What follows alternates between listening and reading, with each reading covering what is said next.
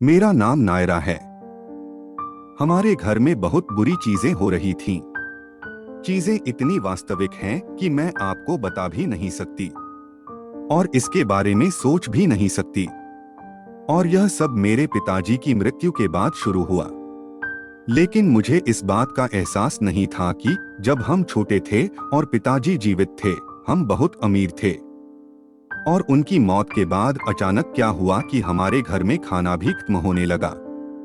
मैं बहुत छोटी थी, इसलिए मुझे ज्यादा कुछ याद नहीं है। हम दो बहनें हैं। मैं बड़ी हूँ और थोड़ी सी सांवली हूँ, लेकिन मेरी छोटी बहन बहुत गोरी, सुंदर और सुडौल है। मुझे अपने बचपन की कुछ बातें आज भी याद हैं। जब मेरे पिताजी घर आते थे तो हमारे लिए बहुत सारी चीजें लाते थे, लेकिन तब मेरी छोटी बहन का जन्म नहीं हुआ था।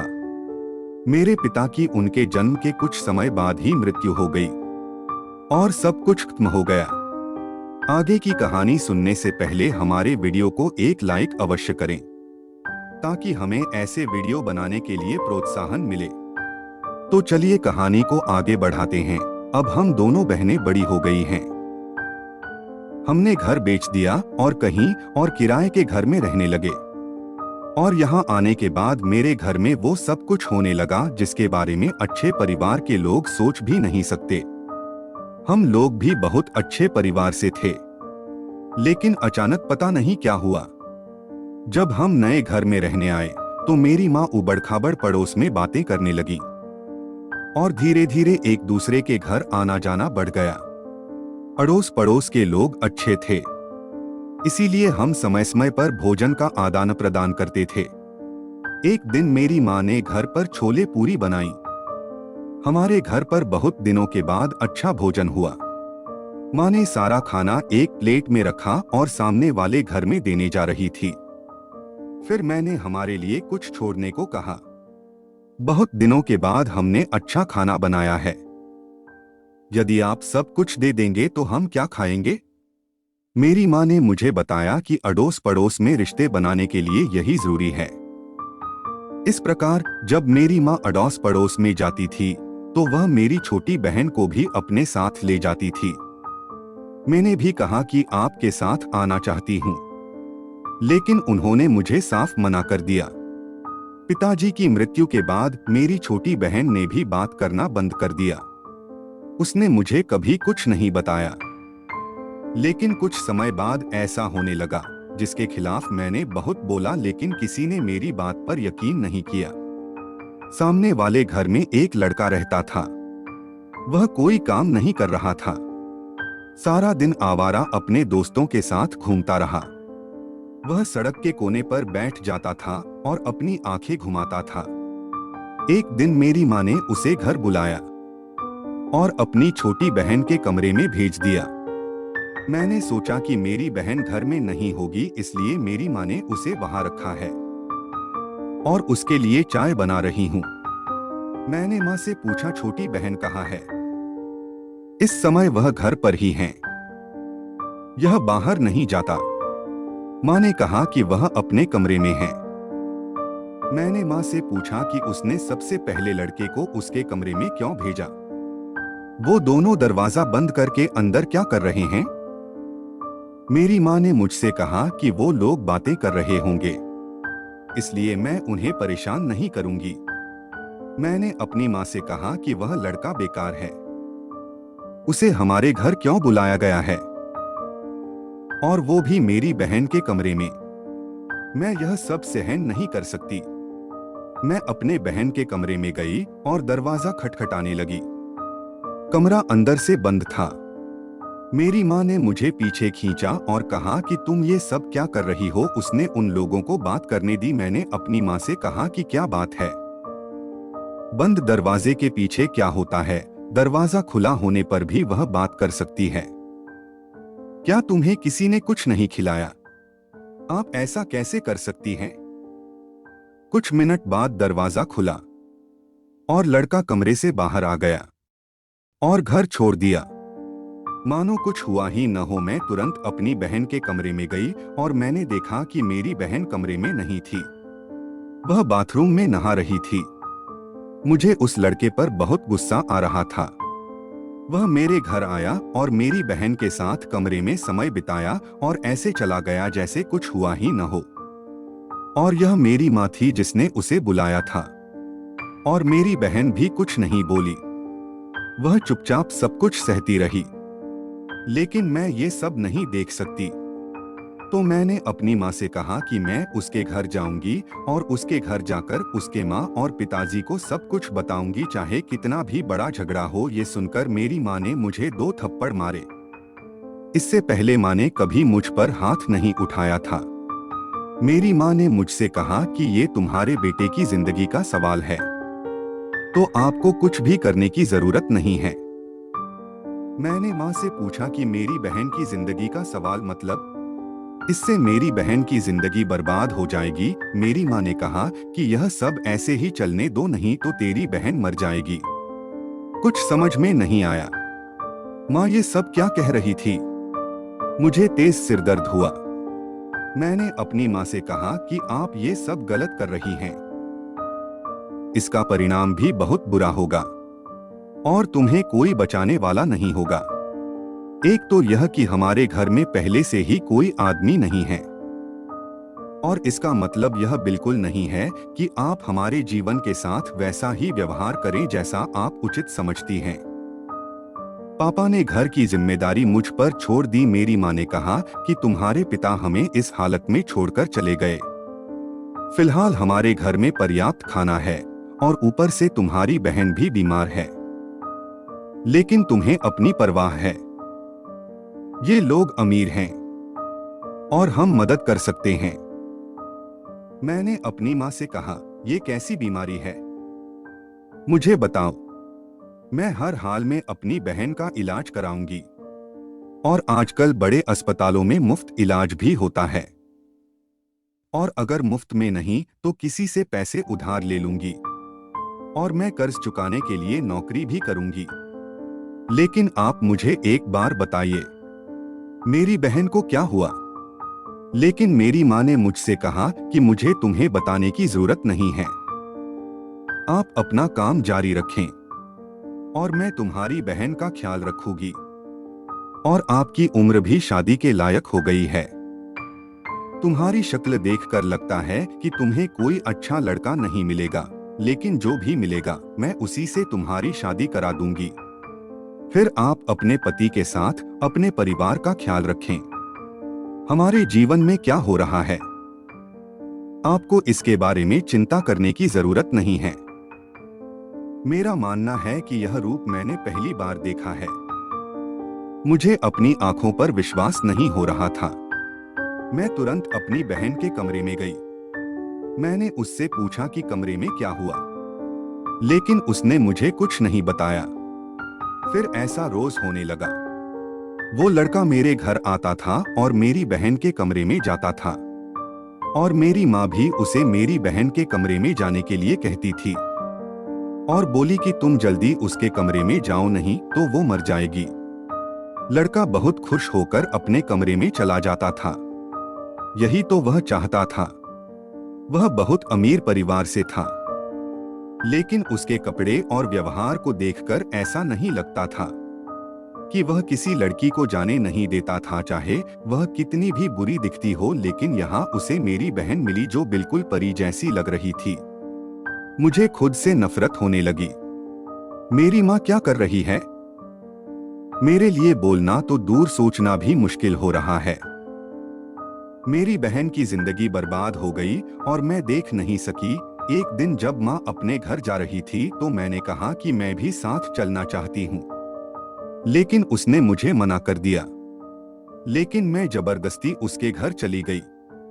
वहां जाकर मैंने देखा कि घर में सभी लोग सामान्य बातचीत कर रहे थे। उन्होंने मुझसे बैठने को कहा। मैंने उसके घर को बहुत गौर से देखा। तभी मुझे खबर मिली कि इस घर के बड़े लड़के की शादी तय हो गई है। ये वही लड़का था जो हमारे घर आता था और अपनी बहन के साथ कमरे में सो गया। मैं वहां से अपने घर आ गई और सोचने लगी कि ये क्या हो रहा है। एक तरफ मेरी माँ ये सब काम कर रही है, दूसरी तरफ मेरी बहन मुझे कुछ नहीं बताती और जो लड़का घर आया था उसकी शादी होने वाली है। मुझे क्या करना है? मुझे वह समझ नहीं आया। एक दिन मैंने उस लड़के को रास्ते में रोका और पूछा कि तुम हमारे घर पर क्या कर रहे हो और तुम मेरी बहन के कमरे में क्या कर रहे हो? आज के बाद वह कभी मेरे घर नहीं आएगा। तो पहले लड़के ने जवाब दिया कि मैं तुम्हारी छोटी बहन की जान बचाने के लिए उसके कमरे में जा रहा हूँ, क्योंकि तुमने मुझसे कहा था कि यदि मैं उसके साथ न रहूंगा तो वह मर जाएगी। मैंने उनसे कहा कि आप अपने आप को डॉक्टर समझते हैं, तुम मेरी बहन की जान बचाओगे? तो उन्होंने मुझसे कहा, जाओ और अपनी माँ से इस बारे में पूछो। मुझसे क्या पूछती है? वह मुझे वहां बुलाती थी। मैंने नोटिस किया कि जब वो लड़का मेरे घर आता था, मेरी बहन तब डर जाती थी और माँ को इशारे से मना कर देती कि उसे मेरे कमरे में मत भेजो। लेकिन माँ को कुछ सुनाई नहीं दे रहा था और उसे जबरदस्ती मेरी बहन के कमरे में भेज दिया।